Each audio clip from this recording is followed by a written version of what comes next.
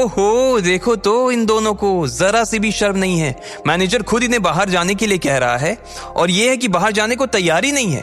और कितनी बेइज्जती सहना चाहते हो भाई, कितनी फजीहत और करवाना चाहते हो। देखिए आप दोनों यहां से चले जाइए, वरना मुझे सिक्योरिटी को बुलाना पड़ेगा। ये दोनों आपके गेस्ट हैं और हम नहीं हैं। मैंने भी यहाँ एक सीट बुक की है। क्या कहा तुमने? यहाँ तुमने टेबल बुक की है? लकी की बात सुनते ही डिम्पल को हंसी आ गई और वो राहुल को देखकर जोर जोर से हंसने लगी। देखिए अब आप मेरे पेशेंस का टेस्ट मत लीजिए, मेरे पास और भी बहुत सारे काम हैं। अगर आप इसी तरह टाइम वेस्ट करते रहे और यहां से नहीं निकले तो मुझे मजबूरन पुलिस को बुलाना पड़ेगा। मैंने आपके होटल में टेबल नंबर 8 बुक की है। अगर आपको विश्वास नहीं हो रहा तो। इससे पहले कि लकी आके कुछ कह पाता, उसने अपनी जेब से मोबाइल निकाला और मैनेजर को मैसेज दिखाने लगा जिसमें उसकी टेबल बुकिंग का कंफर्मेशन था। अरे वाह, झूठ पर और एक झूठ। क्या नंबर बताया तुमने टेबल का? 8। क्या बात है, लेकिन 8 नंबर टेबल पर तो हमारी बुकिंग है, उस पर तो हमारा ऑर्डर है। लकी थोड़ा ढंग का झूठ तो बोलो। जैसे ही उसने मैसेज पढ़ा उसके चेहरे पर एक मुस्कान आई और उसने रिस्पेक्ट के साथ लकी को उसका फोन लौटाते हुए कहा, सॉरी सर, मुझसे गलती हो गई, मैं आपको पहचान नहीं पाया। चलिए मैं आपको आपकी टेबल पर ले चलता हूँ। मैनेजर तुमसे कोई गलती तो नहीं हुई ना? इसने जो मैसेज दिखाया वो सही है ना? हो सकता है कोई फेक मैसेज तुम्हें दिखा रहा हो। राहुल ने भी डिम्पल की बात सुनते ही अपना मोबाइल निकाला और अपनी बुकिंग का मैसेज मैनेजर को दिखाते हुए बोला, ये देखो 8 नंबर टेबल पर मेरी बुकिंग है, उसकी नहीं। हाँ सर, मैं समझ गया, आपने भी टेबल नंबर 8 ही बुक की है, लेकिन आपने एक ऑर्डिनरी टेबल बुक की है और सर ने 8 नंबर की रिजर्व टेबल बुक की है। क्या? इसने रिजर्व टेबल बुक की है? इससे पहले कि डिम्पल इस बात को पचा पाती, मैनेजर लकी और साक्षी को अपने साथ उनकी टेबल की ओर ले गया। जब वो लोग टेबल नंबर 8 के पास पहुंचे तो मैनेजर ने जो देखा उससे उसका दिमाग खराब हो गया। टेबल के ऊपर खाना पहले से लगा हुआ था और उससे भी बड़ी बात यह थी कि कस्टमर टेबल पर आया भी नहीं था। उससे पहले खाना खत्म होने की कगार पर आ गया था। उसने अपने पास खड़े एक वेटर को बुलाया और उसके कानों में बोला, ये क्या है? गेस्ट आकर खड़े हो गए और तुमने टेबल क्यों साफ नहीं करवाई? अच्छा सर, मुझे 1 मिनट दीजिए बस, मैं अभी देखता हूं कि क्या गड़बड़ हुई है। इतने में डिम्पल राहुल भी उस टेबल के पास आकर खड़े हो गए थे। हद है, अब तुम हमारी टेबल के पास क्या कर रहे हो? माफ करना, लेकिन क्या आप दोनों यहां बैठे हुए थे? हाँ, क्यों, क्या हुआ? इतने में वो वेटर आया और वो अपने साथ उस आदमी को भी ले आया जो लोगों को टेबल तक लेकर आता था। सर, ये गलत लोगों को इस टेबल पर लेकर आ गया है। मुझे माफ कर दीजिए सर, मैंने अभी नया नया ज्वाइन किया है तो मुझे मालूम नहीं है कि कौन सी टेबल कौन सी कैटेगरी की है। इन लोगों ने ऑर्डिनरी टेबल बुक की थी, लेकिन मैं ही इन्हें गलती से वीआईपी टेबल पर ले आया। जो भी कंफ्यूजन हुआ उसके लिए मैं माफी चाहता हूँ, लेकिन ये टेबल आप दोनों की टेबल नहीं है। आप लोगों की टेबल एक नॉर्मल टेबल है।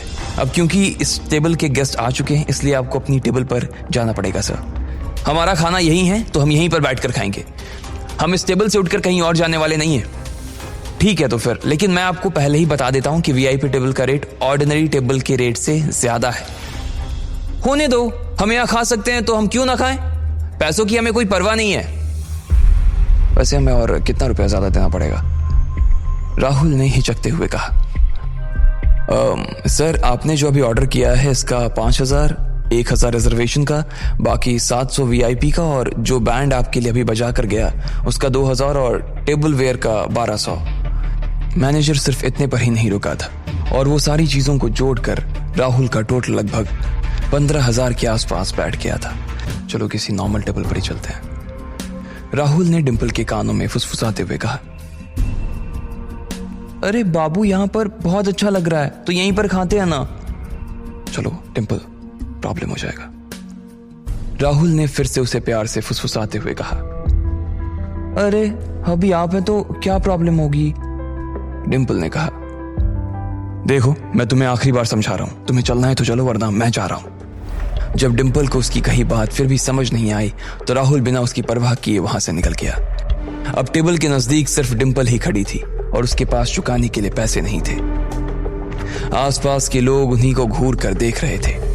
उसने घूर कर लकी को देखा और अपना बैग उठाकर वहां से निकल गई।